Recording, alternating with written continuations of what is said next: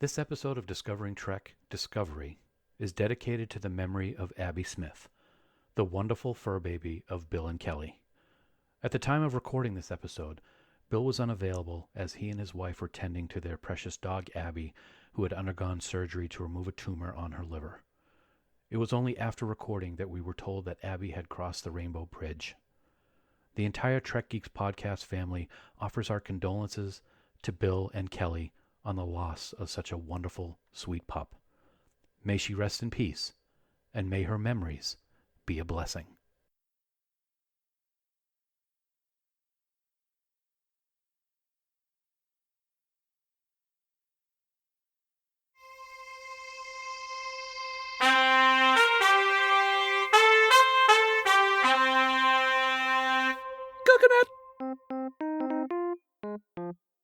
The Trek Geeks Podcast Network is proud to have Fansets as its presenting sponsor. Fansets is the place for amazing pin collectibles, with over 400 officially licensed Star Trek pins and new releases every month. Stay tuned for a special discount code good on your next order at fansets.com, just for Discovering Trek listeners.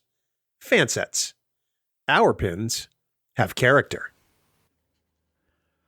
A new president, a new captain, and a new crisis.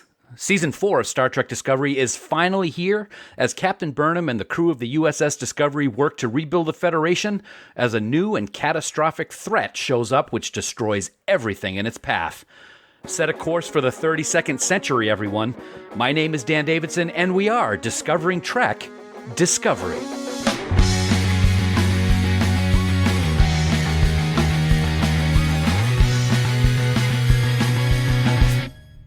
Welcome back, one and all, to Discovering Trek, the Star Trek Universe companion presented by Fansets.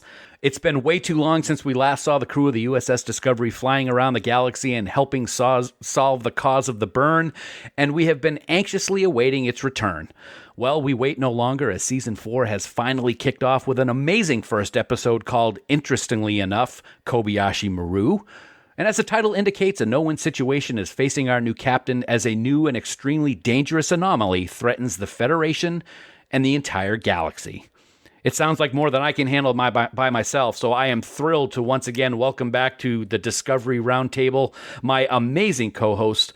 First up, beaming in all the way from the West Coast in sunny California, it's our dear friend and co-host of Discovering Trek Enterprise and Discovering Trek Lower Decks. It's Kasey Shasky. What up, dog? Hey, what's going on? everybody. It's great to be back for another season of Discovery. Oh, it is so great. We have such a great time talking all things Star Trek with you, man. And also saving the best for last, though, I do have to say. I'm sorry, Kasey. Joining us from the Great White North, she is the other awesome host of Discovering Trek Enterprise and Discovering Trek Lower Decks. And she's also one of the hosts of Rewind, the beautiful and talented Sarah. Hey, girl. Hey. Hi. It's so wonderful to see you two handsome gentlemen. Oh, my gosh. Here we are. That is so wonderful. And everyone, as you know, normally our good friend and co-host Bill Smith is here to join us, but he is not here with us tonight. We wish he and Kelly all of our love as they are tending to their fur baby Abby, who recently had some surgery. So we're going to send best thoughts and prayers and happiness to them, and Bill will be joining us back in the very near future. So, okay, boys and girls, let's fly. Black alert. Black alert. From here on in, folks, this episode of Discovering Trek does contain spoilers, so if you haven't watched Episode 1 of Star Trek Discovery Season 4, stop listening right now, head on over to Paramount Plus or wherever you watch Discovery, watch the latest episode, then head back over to Discovering Trek. Failure to do that puts you at risk to find out plot developments and character details for Kobayashi Maru.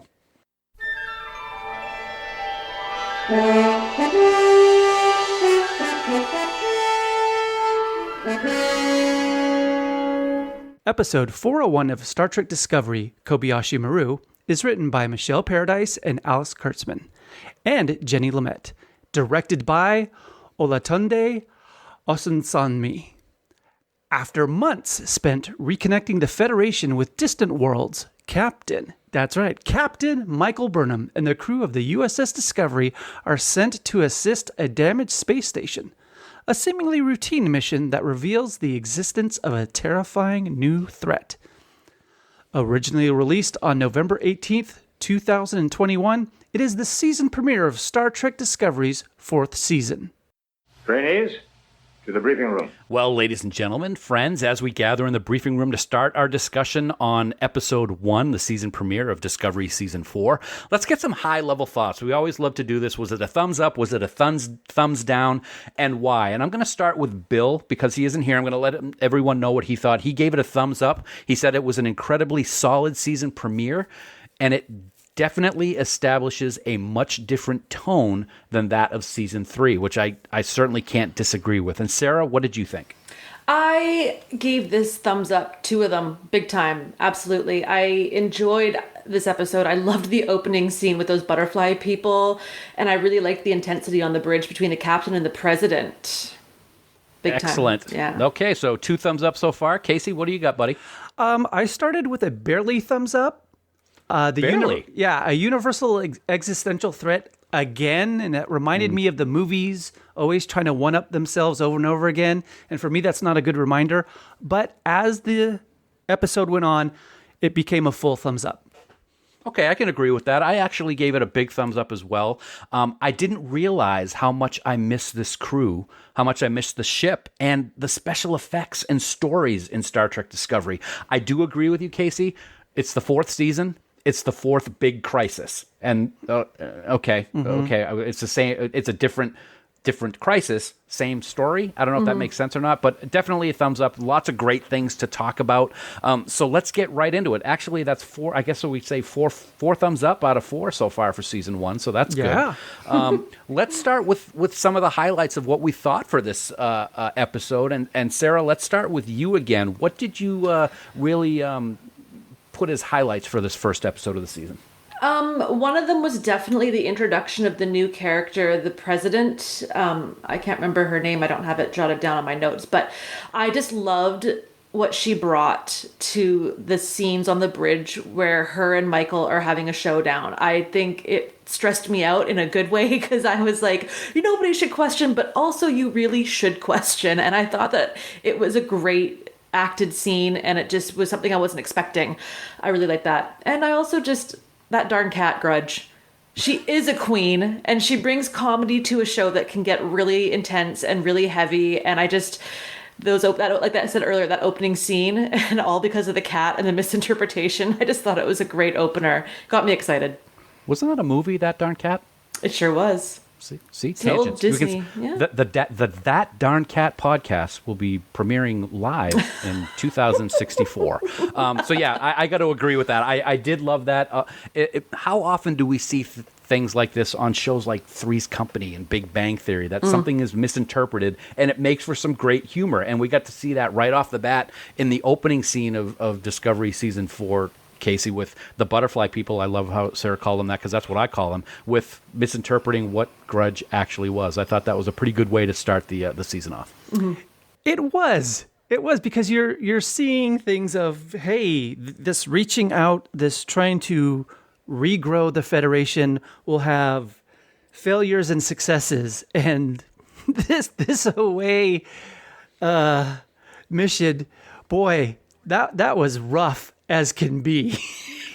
To see something not go right, I think was kind of refreshing. And also the nice little humor when they're running away of like, there's always a cliff. Why is there always a cliff? That was beautiful. Yeah, we see that in a lot of Star Trek. I loved staying to that first scene before we get to your points of the episode, Casey. That first scene, I thought, really gave a good jump start to the episode, especially visually. We get to see Bookship come out of the back of the Discovery, and then it does its whatever it does to form into a differently shaped ship, which Transformers. Is kind of interesting. Yes, right, absolutely. Optimus Prime. But the special effects on the planet were really good.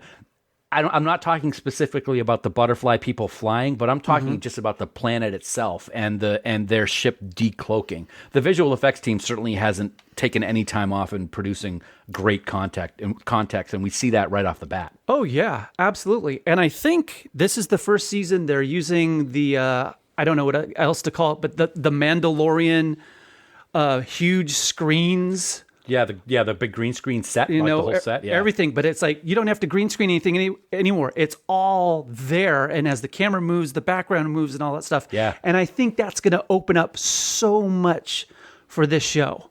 I definitely agree. What else did you love about the episode besides that opening scene? Oh my gosh. Well, hey, one, I really like all this of that, you know, Burnham has a reputation with Starfleet, and she has a reputation for taking that wild swing. And so far, the swings have come out positive, but there's, you know, trepidation about one day this is going to backfire on her and her crew. And with the president being there and talking with her and you know, making some judgments about the new captain, it's like, hey, we don't beat the odds, we play the odds. So it's to see what is going to happen here and how the character of Captain Burnham is going to continue to grow as the seasons progress. And then secondly, I love it that there's been about 5 months of traveling to former Federation planets with assistance. They've had some incredible results. There's now, 59 Federation members that are now all together. So in that amount of work, real progress is being seen and real growth, and something that I think for a show that is very crisis, to see such a, how I take it, a positive spin of that, hey, things are really getting better. There will be setbacks, there will be crises that we have to deal with, but things are getting better, and we are living up to our promise of being the Federation and helping people, no strings attached. Yeah, I totally agree with you, man. I mean, at 5 months of traveling to different planets and more of them are joining, I'm sure we're going to see Navarre in there at some point. They've succeeded, and the crew has succeeded because they're all like lieutenant commanders and lieutenants and stuff now. So promotions all around on the bridge crew, which I thought was pretty cool. For me, I got to kind of agree with what Sarah said at the beginning, and what you touched on also, Kasey, is that opening scene with the butterfly people really kicked the season off incredibly. It was the first contact post-burn gone wrong, and we got to see tension, but we got to see humor involved in that, which I really think made for a much more enjoyable scene. I mean, if it was just the tension and they're getting fired at and they're gonna, the ship saves the day by getting those satellites all working, yeah, that would have been great, but the communication and the back and forth between Book and Burnham really made the scene work, and it shows not only that they're great actors, but the relationship of these two characters is going strong, and they did a great job. Yeah. I question a little bit what Book was doing on this away mission, because he technically isn't Starfleet or the Federation, but I was okay with it after watching it the second time and just seeing how these two work so well together as a couple and as representatives of the Federation. Yeah, it had a real lower deck feel to it. There you go. And those two work together as actors. They work together really well. Yeah, there is a chemistry there and an ease to how they work together where I buy them 100%. 100%. There's that one scene in the corridor where he's heading off to his home planet and she's going to be going to the bridge, and he says, what does he say, that she has a face when she's not happy about something? Not a grudge face, but it was some kind of face where her eyebrow furrows up, and you feel like they've been together forever. And they're just actors doing their craft, and it works so well. The chemistry between these two is great, and I can't wait to see where the season takes them as a couple. And are we going to see Book join the Federation at some point? Are we going to see his home world join the Federation? Yeah. We'll get into that later, because of course the end of the episode was quite unbelievable. But the other thing that I really liked about this episode that I didn't like to begin with was the Federation president. I really didn't know if I was going to like the president. The actress's name, I believe, is Chayla, if I'm pronouncing that correctly. Horsdal. She was fantastic. I love the Cardassian Bajoran human DNA that she's got. That's really cool. I'm glad to see that in 1,000 years. Bajorans and Cardassians, absolutely. So I thought that was great. I really did not know if I was going to like her very much because she was kind of brash, and I agreed with Burnham at the beginning that she's just doing this for a political tick box. But I can tell you that by the end of the episode, I was all in with this president. I think she's going to be great. I don't think we're going to have a Admiral president, so to speak, where something bad, where she's got something, that she's hiding from everybody. Great first episode, great introductions to new characters. And interestingly enough, what we haven't talked about is this crisis, this whatever it is, the gravity well or whatever. His Book's home planet's gone, man. What the heck? That would be. Could you imagine if that was a season-ending cliffhanger, like Best of Both Worlds style, where we have to wait a whole year plus before we see that, Sarah? I would have been like pulling what hair I have left out of my head. If it was, luckily we only have to wait a week to see what happens, but it does not look good for Kwejian. It doesn't, and it was what Kasey said earlier. Kind of struck with me too about. Oh my God, here we go again. This is extreme. It's an entire planet gone. We've seen this before, and that's okay. And I get they wanted to throw a tailspin into the character of Book and give him a big challenge, but they could have had a disease come out onto the planet or something. There's other things they could have done. So there was a little bit of me that was like, oh man, what a bummer. What a bummer. Mm-hmm. Especially after what we saw on the planet. He was he and his quote unquote brother didn't get along for so many years because of everything that was going on. Now they have reunited their family. They have he has his nephew who's going through this ritual, which was really great to see. And I kept saying to myself, why do they keep showing this kid running in slow motion with the camera behind him?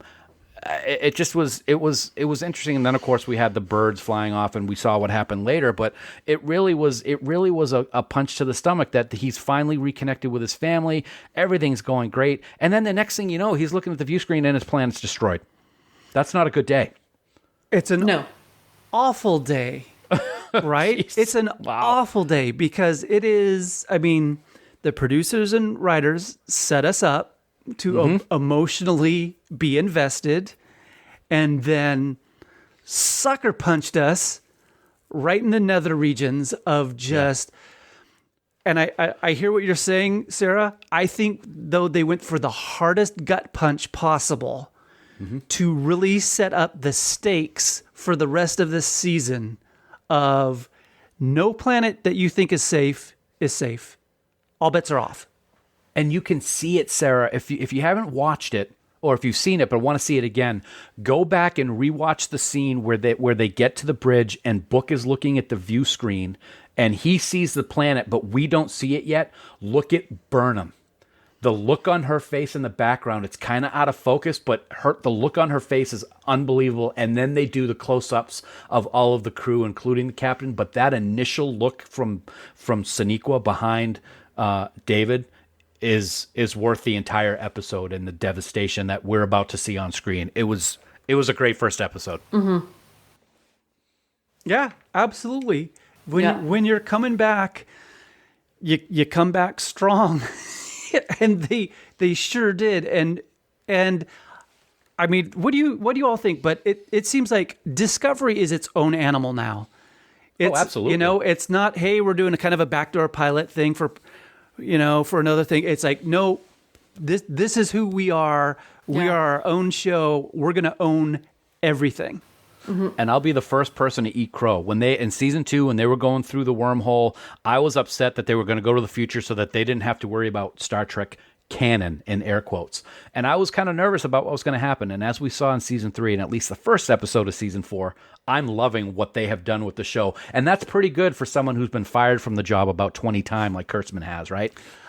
Only 20? He's still there? I thought we were in 30 now. I can't remember. It probably is somewhere. Anyway. The Trek Geeks Podcast Network is proud to have Fansets as its presenting sponsor.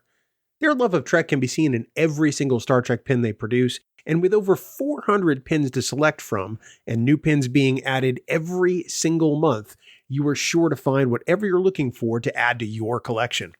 Whether it's one of the amazing deltas from your favorite Trek series, a beloved character, or maybe even a special edition collector set, you know that Fansets pins are made with the finest quality and come with the best customer service in the industry.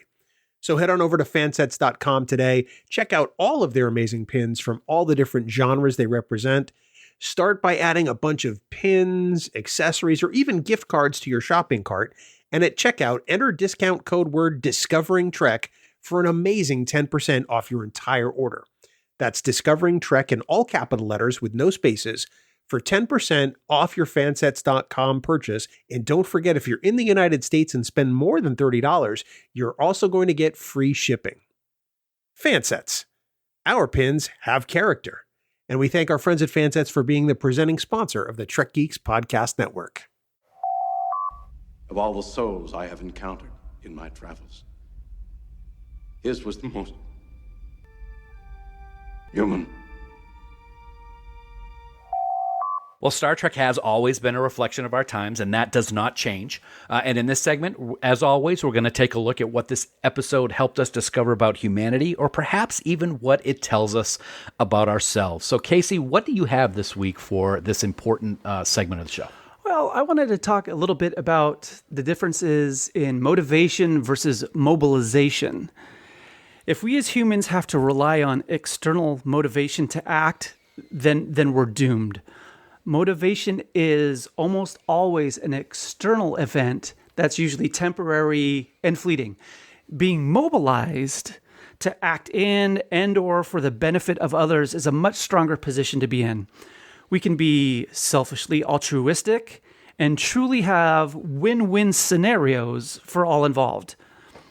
Also, part of this is that moods and emotions are not the same thing, and moods are what drive our emotions. So think about it. You can be in moods of wonder, curiosity, trust, enthusiasm, dignity, or thankfulness, and those drive our actions and emotions towards successful outcomes.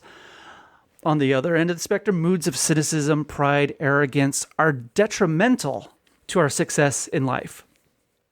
The Discovery crew are in midst of a wonderful and dignified mission to help others without expectation of reciprocation. And I really think the Federation is going to grow more and more stable, more and more prosperous through these types of dignified actions that come internally to help people. That's pretty deep. Hey, first episode. Once a year, baby. The rest are going to be... So it's all downhill, right? The rest will be 2 feet shallow pool. All right. Well, it struck me funny that a character I didn't really like at the beginning of the episode, but really loved by the end, is the one that sent the strongest message for me. Now, this new president had an awesome and direct conversation with Burnham about her concerns, and I think she's 100% correct in her criticisms about Michael. Our new captain really is Jack from Lost when you think about it, and if you've watched that show. She has to save everyone. She feels that even losing one person would be a failure, and as we all know in Star Trek, the needs of the many outweigh the needs of the few or the one. Michael does tend to put the entire ship and crew at great peril for reasons that many other captains might consider too dangerous. To me, that's not logical. It's emotional. Now, don't get me wrong. I love the way Michael makes decisions and then tries to convince others and maybe even herself of the reasons for what she's doing. But the president's right. More times than not, Michael can be the wrecking ball more than the pendulum. And if not for dumb luck, some of her past decisions could have had excruciatingly different consequences, and I'm kind of scared that that's going to catch up with her at some point. So I wanted to read what Bill gave for his sensor analysis as well, and he says, quote, "We're all still learning what we need as we grow the Federation, as we're here in this time in the wake of the pandemic. It still rages on, but the world is a new normal. In many ways, the state of the Federation and Starfleet in this episode really represents life on this planet right now for me. The United Federation of Planets is making efforts to get the band back together, as it were, to begin getting back to some semblance of normalcy as we have here on Earth. We're just beginning our return to some semblance of normalcy in our lives. We're returning to our workplaces and our routines and to one another. Captain Burnham tells the new class of Starfleet Academy that, quote, we'll make the path by traveling it. And that's the advice we must follow ourselves. There's a lot to learn in getting back to our lives, and we'll figure it out as we go. Sarah? Thank you. I did not know where to start with this episode. I felt like there was so much happening. There was so much to unpack, and there were so many key elements that were happening that you could take with and talk with for an hour, 2 hours. There was just so much good stuff happening.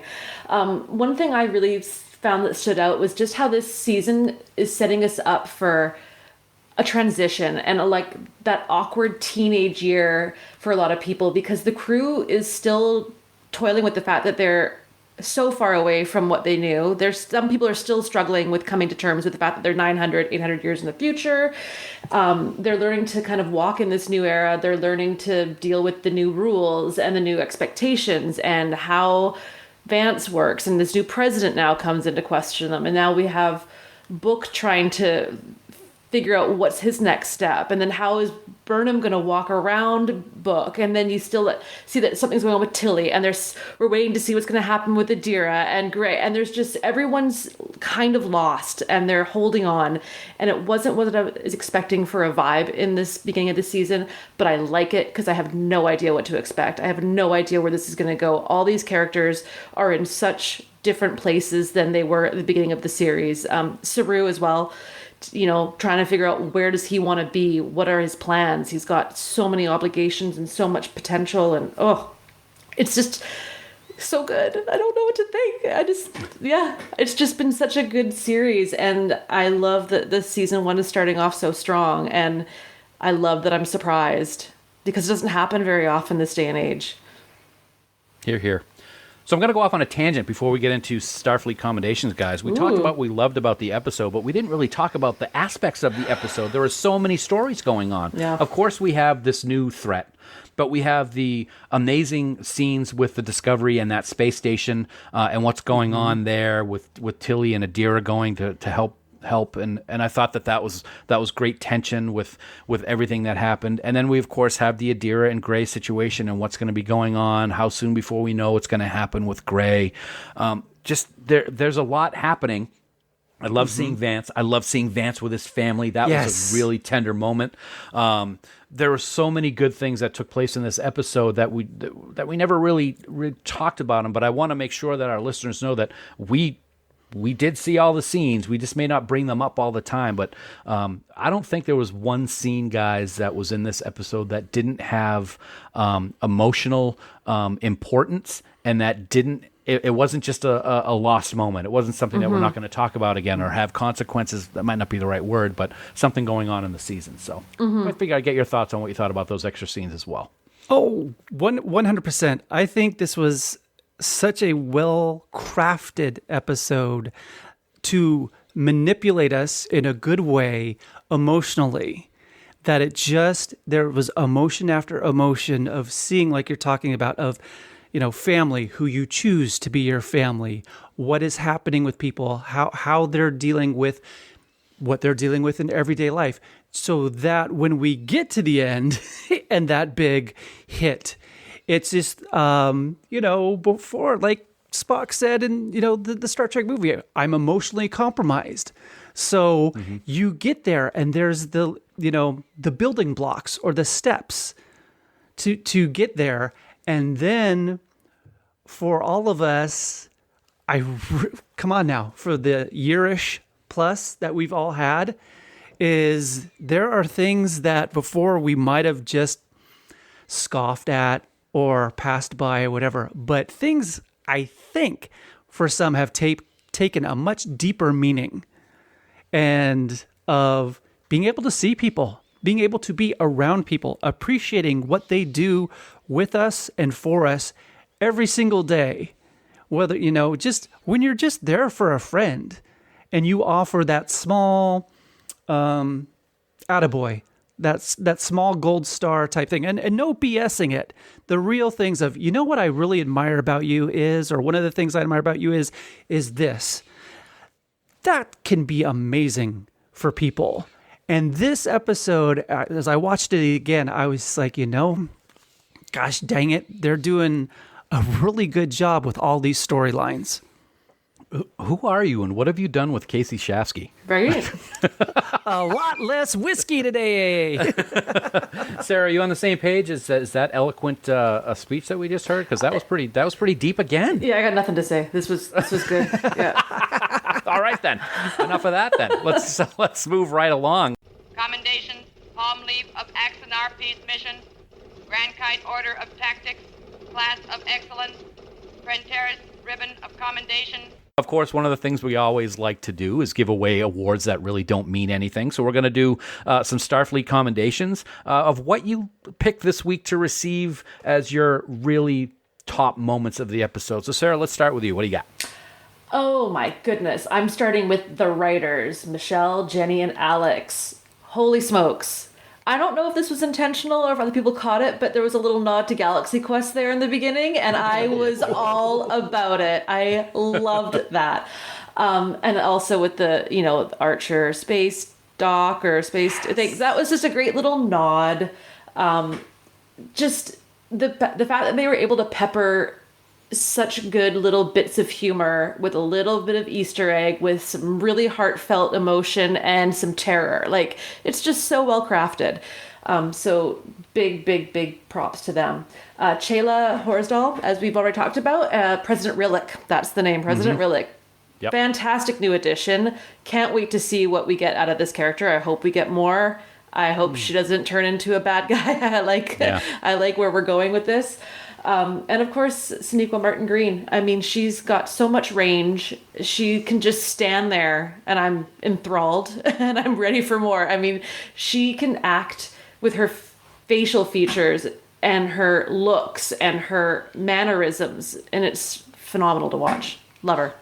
Yeah, that was one of my commendations was to Chayla Horsdal. It was pretty cool seeing, like I said before, Cardassian human Bajoran president of the United Federation of Planets. Who would have ever thought, while we're watching Deep Space Nine and the older Star Trek, that would ever happen? And as I've said, at first I didn't like her at all, but I quickly came to realize she is a great character, and I feel she's going to give a lot of substance to this season.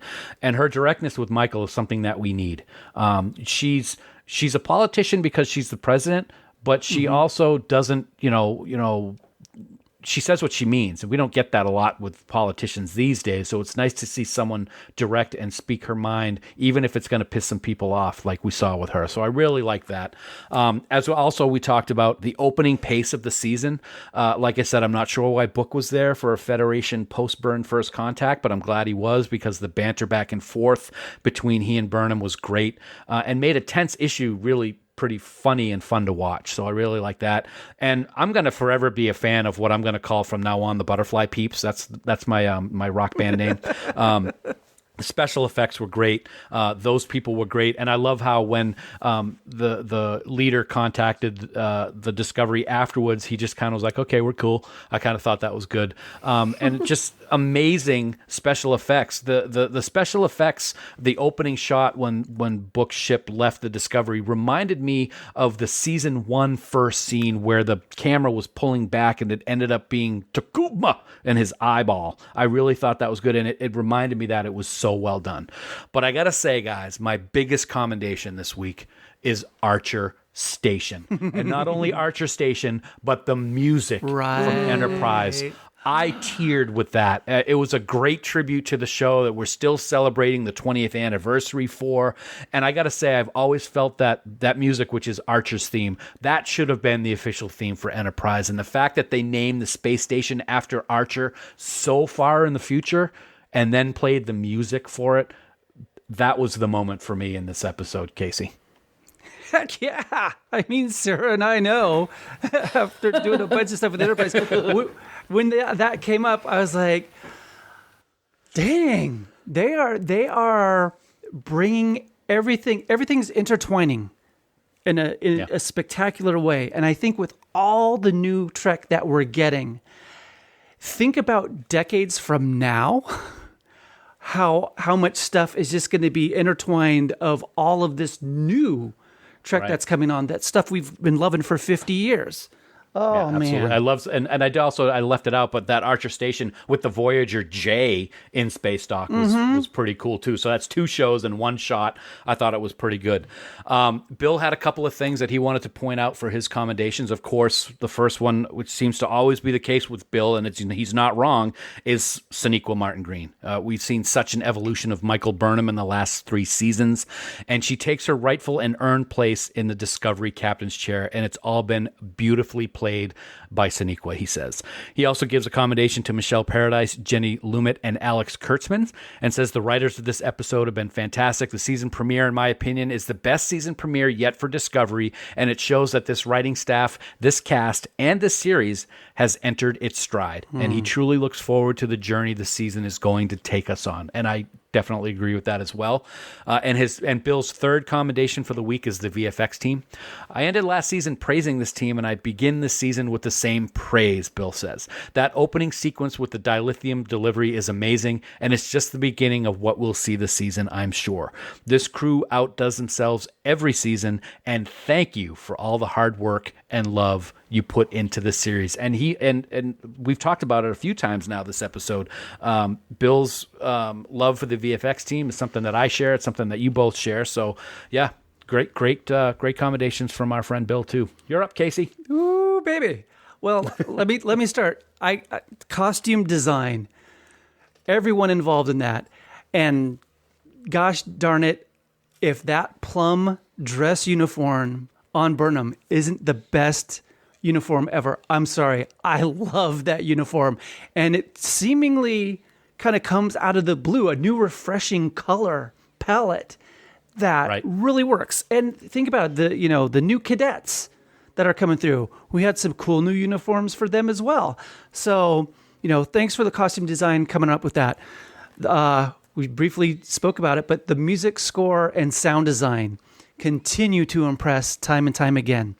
There are little touches throughout the episode that ground us in Trek, whether it's like a bridge sound, a musical cue, something, but it's a nice, gentle reminder without like, hey, pay attention to me, pay attention to me. It comes up and you're like, oh yeah, hey, nice touch. People are paying attention. And come on now, having the president tell Burnham the report on her was refreshing to hear. For me, it adds so much more depth to the character and shows the delicate balance that's going on. When characters are more fleshed out and shown as more human, we can become more invested in the story, and then we accept harder to believe aspects of other stories. So bringing that in and having, like you said, I don't think we're getting a Admiral president. I don't think we're getting someone who's playing. I think it's someone who is just, hey, you know what? I was considering you for something else, but man, the report on you is you take some risks, and we're all kind of watching out. And it's nice to know that things that those of us on the outside have been wondering about, have other characters on the inside recognize, I think once again brings the audience in even more of, oh yeah, we had those questions too. I wonder how that's going to work out.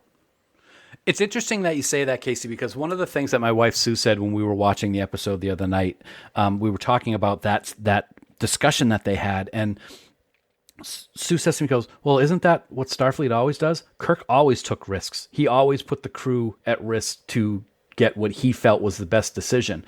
And I couldn't disagree with her, because that was Kirk. Of course, Picard was the diplomat. Kirk was the gunslinger. So are we coming full circle now of what the Federation was at the beginning and what, actually Discovery is before Kirk. So it's we're seeing that wave in the future to maybe back to the same type of captain. It'll be interesting to see if we have other captains in Discovery that are willing to take those risks, or if they're going to fall in line with what the president wants. Yeah, I think you're right. There is, I'm going to call it, like kind of the Brett Favre gunslinger approach that Kirk and Burnham have of, I'm going for the Hail Mary right now. But Sarah, I got to say though, I think at some point it's got to happen. I mean, you could say that it happened with Captain Giorgio and because she was killed in the first episode, but something's going to happen and Burnham's going to make a wrong mistake thinking that she's going to save everything and somebody's going to suffer. Could we say that the guy who ran the space station and died at the end of this episode was that? Or is she not going to look at it that way because she saved all of her crew? I don't know. Do you ask permission or do you ask for, do you ask forgiveness? Or do you ask for forgiveness, right? Yeah.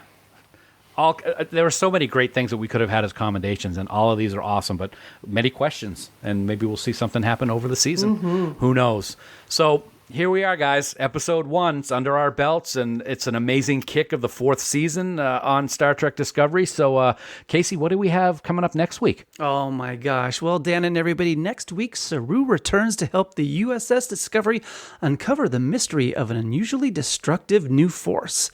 As Burnham leads the crew, she must also find a way to help Book cope with an unimaginable loss. It's episode 2, Anomaly, and we'll break it all down next week. Until then, remember that you, that's right, you, can subscribe to Discovering Trek by searching for us on Apple Podcasts, Spotify, Google Podcasts, or by heading to discoverytrek.com. If you enjoy what we're doing here on Discovering Trek and the Trek Geeks Podcast Network, please consider supporting us on Patreon. As a subscriber, you can get access to the unedited recordings of episodes, as well as exclusive content and great subscriber rewards like our annual supporters pins and our exclusive Trek Geeks Podcast Network t-shirt, along with other things. We'd like to take a moment to recognize the following amazing producers of Discovering Trek, and we are truly so grateful for their support.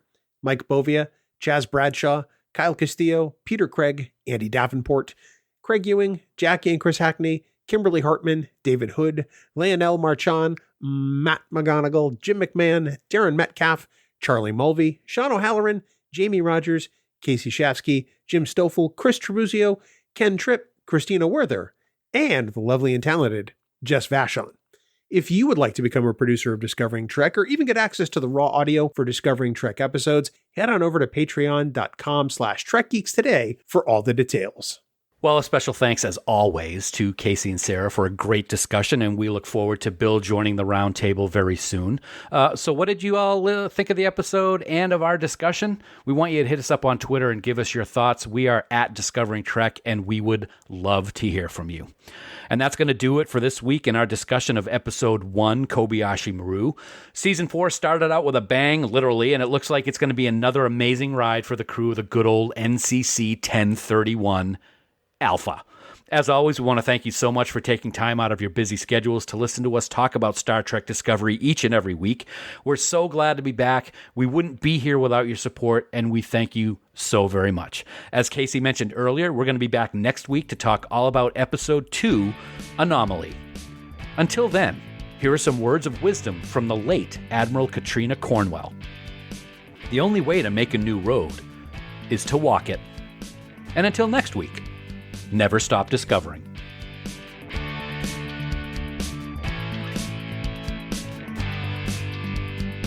Music for Discovering Trek is provided by 5 Year Mission. They're writing an original song for each episode of Star Trek.